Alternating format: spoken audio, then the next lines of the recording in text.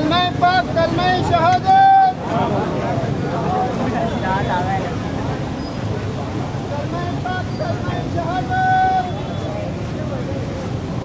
अस्सलाम वालेकुम व्यूअर्स, आप देख रहे हैं CTV। मैं हूं मिनहाज मूसवी। नाज़रीन, कल एक नाखुशगवार वाक़या पेश आया।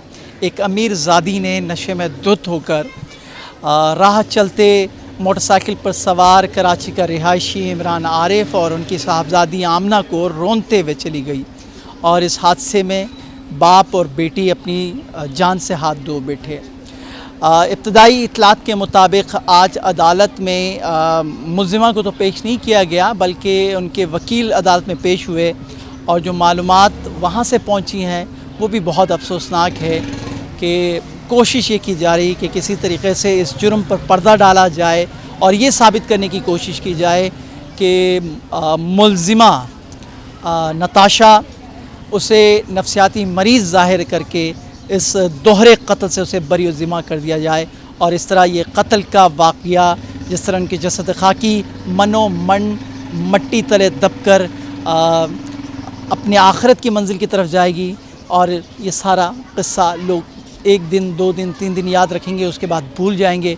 इसी तरीके से ये इस जुर्म की जो आवाज़ है वो भी मनो मट्टी तले दबकर मुदहम हो जाए, कोशिश ये की जा रही है। आइए ज़रा मुतासरीन और लवाहिकीन और इलाका मकीनों से पूछते हैं कि सारी सूरत हाल के अंदर वो इंसाफ को होता हुआ देख रहे हैं या फिर वहीं होगा जैसे माजी में होता रहा है कि अमीर ज़ादे अपनी दौलत के नशे में किसी को भी रोन देते हैं और कानून इंसाफ देने के बजाय उन्हीं कातिलीन की रखवाली करती है।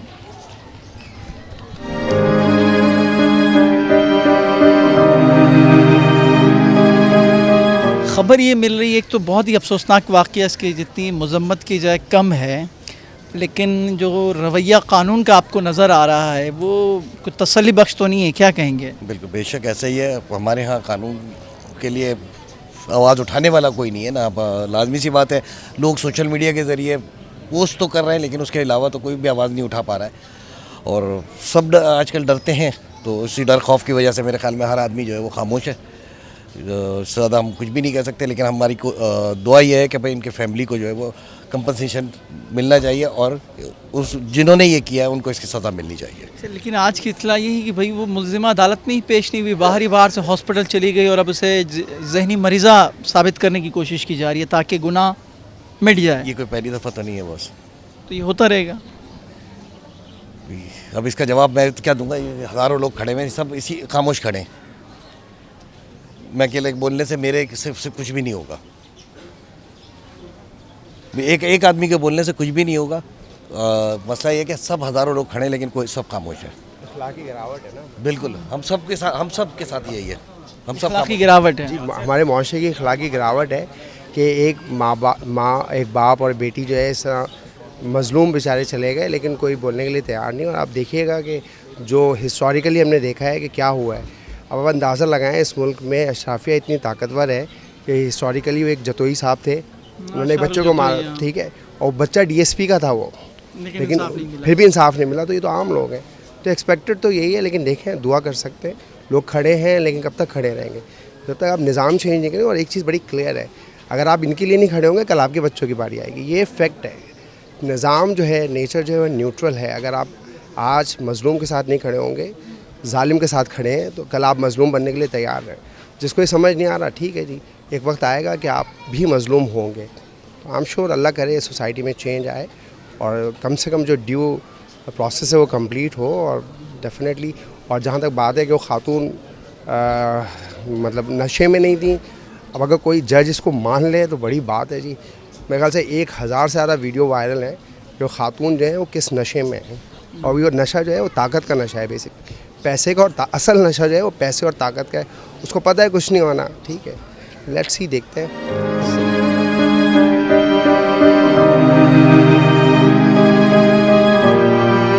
सूरत हाल आपके सामने है और अदालती कार्रवाई आज हमने देखी है। बड़ा अफसोसनाक पता चला कि भाई वो अदालत में ही पेश नहीं हुई, बल्कि उसे थाने से डायरेक्ट हॉस्पिटल मुंतकिल कर दिया गया। अब मुल्जिम से उसे नफसियाती मरीज़ा साबित करने की कोशिश की जा रही है। वो बड़े घर की है, उसको तो ऐसे ही छोड़ेंगे ये लोग। मजलूमों को कभी इंसाफ नहीं मिलता यहाँ इस मुल्क में। ऐसे ही होता है। कोई उम्मीद है? नहीं सर, साफ होता हुआ नजर नहीं आए? नहीं, मुश्किल है, कोई उम्मीद नहीं है। कोई गरीब का कोई वो नहीं है इस दुनिया में, सबके कोई नहीं, सब अमीर के जो भी है। 2 मासूम लोगों का कत्ल हुआ है। ये एक्सीडेंट नहीं है, हादसा नहीं है, बल्कि कत्ल हुआ है। और ख़बरें ये आ रही हैं मीडिया रिपोर्ट्स के मुताबिक कि मुलजिमा को अब नफसियाती मरीज़ साबित करने की कोशिश की जा रही है ताकि इनके जसद खाकी मनो मट्टी तले दब जाए और ये जुर्म भी दब जाए। बिल्कुल ये गलत हुआ है। इन्होंने कानून हमारे वज़ीर को चाहिए कि इनको सख्त से सख्त सज़ा दी जाए, और ये बिल्कुल नाइंसाफ़ी हो रही है और ये इनको दबाया जा रहा है इस केस को ना। अब आगे क्या कर सकते हैं? उनके गरीब होना जुर्म है। जुर्म है, बहुत बड़ा जुर्म, बहुत बड़ा जुर्म है। एक घर के 2 अफराद चले गए, अब क्या हो? मेरी मिसेज हैं, ये उनके कज़न होते हैं। अच्छा उनकी फूफी के बेटे थे, इमरान आरिफ। अच्छा अच्छा। तो बस एकदम मेरी वाइफ ने 1 घंटे पहले इनकी बेटी का इंतकाल हुआ उससे 1 दिन पहले 1 घंटा बात की है। कैसी जॉब चल रही है, क्या कर रही हो, कैसा चाह रहा है। उसके बाद उनके साथ ये मामला हो गया। उनको यकीन नहीं आ रहा, मेरी वाइफ रो रही थी पूरी तरीके से। ज़ाहिर बात है कि 1 घंटे मैंने कल 1 घंटे बात की इस लड़की से, और आज मुझे ये न्यूज़ सुनने को मिली। अच्छा, मैं इत्तेफाक से मेरी दुकान पे मेरे बिज़नेस है, तो मैं अपनी दुकान पे टीवी में देख रहा हूँ तो कारसाज पे ये वाक़या हो गया। मैं कह रहा हूँ यार अल्लाह खैर करे, किसका एक्सीडेंट हो गया यार। और जो वीडियोस हम देख रहे हैं कि जिस तरह रौंदा गया है, वो कहते हैं कि यार वो नशे में थी खातून। मुझे नहीं लगता है कि वो किसी मशरूब के नशे का ये असर था, मुझे लगता है ये दौलत का नशा था। ये भी कह सकते हैं, लेकिन जो उसकी फ़िज़िकली मैं देख रहा था ना, उसकी हालत उस लड़की की, उसमें लाजमी लग रहा था नशे में। तो अब इंसाफ होता हुआ आपको नज़र आ रहा है? आज की तारीख जो आज अदालती कार्रवाई है उसमें तो मुझे महसूस नहीं हो रहा कि इंसाफ होता हुआ नजर करती है ना वो खातून, तो उसमें तो मुझे नहीं लगता कि ये इंसाफ मिलेगा उनको, क्योंकि हम पाकिस्तान की यही तारीख देखते हुए आ रहे हैं। ऐसा कभी नहीं हुआ कि जो जितने भी बड़े लोग होते हैं उनके साथ कोई केस होता है। आप देखें ना, आपके सामने कितने केसेस हैं, सब थोड़े अरसे होता है, दब जाता है, ख़त्म हो जाता है। तो नामुमकिन बात है, ये मुझे नहीं लगता कि ऐसा होने वाला है। जी नाजरीन, ये अफसोसनाक मनाजिर आप देख सकते हैं। कैमरे की आंख पर बाप और बेटी का जनाजा यहाँ से गुज़र रहा है और वक्त आखिर सफ़र आखिरत की तरफ इंसाफ होता हुआ नज़र आएगा। ये तो आने वाला वक्त ही बताएगा, लेकिन ये जनाजे अपने साथ कई सवाल छोड़े जा रहे हैं। इनका कसूर क्या था, और वो मुल्ज़िम जिसे पाकिस्तान का कानून अब मुल्ज़िम से मुजरिम साबित करने के बजाय उसे नफसियाती मरीज़ साबित करने की कोशिश कर रहा है, ताकि ये दोहरा कत्ल ये दब जाए। मनो मट्टी तले जैसे इनके जस्ते खाकी दब जाएंगे, इसी तरह ये जुर्म भी मट्टी तले दब जाए और 1 दिन 2 दिन गुफ्तगू हो और उसके बाद लोग भूल जाएं। बड़ी मामी हूँ मैं उनकी। मैं बड़ा अफसोस हो। अल्लाह आप लोगों को सब्र दे, हिम्मत दे। क्या करेंगे, जवान बच्ची चली गई, भांजी मेरी बेवा हो गई, और क्या करोगे।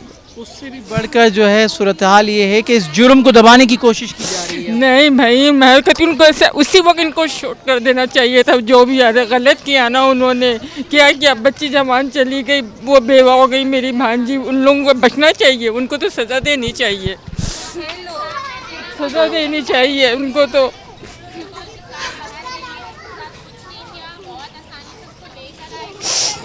जो मनाजिर आपने देखे उस कातिला खातून को जिस तरीके से ट्रीट किया जा रहा था, कोई आम गरीब खातून होती, उससे इस तरह का कोई गुनाह सरजद होता तो उसके हाथ में हथकड़ी होती। लेकिन ये अमीर कबीर है ना, इनको थोड़ी बख्शा जाएगी। ये तो आज अक्ल में छूट जाएंगे। ये तो इनको तो सज़ा देनी चाहिए। अमीरों के लिए सब कुछ माफ़ है, गरीबों के लिए सब कुछ भी कर दें गरीब लोग, और अमीर लोगों को मार के देखे जान से चले गए हम लोग। कितने लोग कल से देख रहे हैं हम लोग। भांजी मेरी, क्या बोलूँ मैं आपको, बस ऐसे लोगों को तो सज़ा देनी चाहिए हर हाल में। जितने भी मीडिया वाले उन लोगों को सबको चाहिए सज़ा दें मिलके। सब्र दे, हिम्मत दे और आसान करे। अगर आप थोड़ा सा, हाँ आ जाओ जी, अस्सलाम वालेकुम। वालेकुम अस्सलाम। आप लोगों के साथ यहीं रहती थी? हमारी कज़न है हमारी और लिटरली उसको इतने प्रोटोकॉल के साथ जना से ले जाया गया है कि उसके साथ कुछ भी नहीं था। बहुत ज़बरदस्त प्रोटोकॉल था। जो जान से गए उनका क्या था, वो निकल भी जाती। जो जान से गए। और वी वांट जस्टिस। कोई यहाँ पे कोई जस्टिस नहीं है, कोई गवर्नमेंट नहीं है, कोई कुछ नहीं करेगा, यहाँ पे कुछ भी नहीं होगा।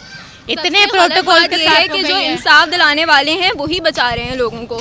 उनको कुछ नहीं कहा, उनके ज़रा सा भी गिल्ट नहीं था उनके फेस के ऊपर। She wasn't even crying. उनको रोना चाहिए था कि मुझसे क्या हो गया ये, बट उनकी आंखों में, उनके मुंह पे ज़रा सा गिल्ट नहीं था। उन्हें एहसास था कि भाई वो जिस फैमिली से बिलोंग करती है, जितनी उनके पास दौलत है, ये कानून को खरीद लेगी। बिल्कुल यही था। ह्यूमैनिटी से बाहर की बात है। It's beyond the limits of humanity. It's absurd. अच्छा, ये कोई पहला वाकया नहीं था, इससे पहले भी ऐसे बहुत से वाकयात हुए हैं। जी बिल्कुल हुआ। और कल भी हुए हैं। कल ही हमारे घर के ही थोड़ी 2 बंदे गए और भी 4-5 बंदे गए हैं। वो ऑन द स्पॉट उनकी डेथ हुई है। Who is responsible for that? कौन देगा उनको लिए जस्टिस? कौन करेगा? कोई नहीं है उनका करने वाला। उनके एक हस्बैंड और आप बेटे को आप वो देख सकते हैं, वो बेटी अपनी मदर को सपोर्ट करती थी, जो भी था। अब कौन करेगा? उनका MBA कंप्लीट होने वाला था 2 महीने बाद। सेल्फ मेड थे, यानी कि अपनी मदद आपके तहत इन्होंने ज़िंदगी को बहुत स्ट्रगल की है। और अब उनको देख के लग नहीं रहा था कि ये वही है। यकीन नहीं आ रहा था।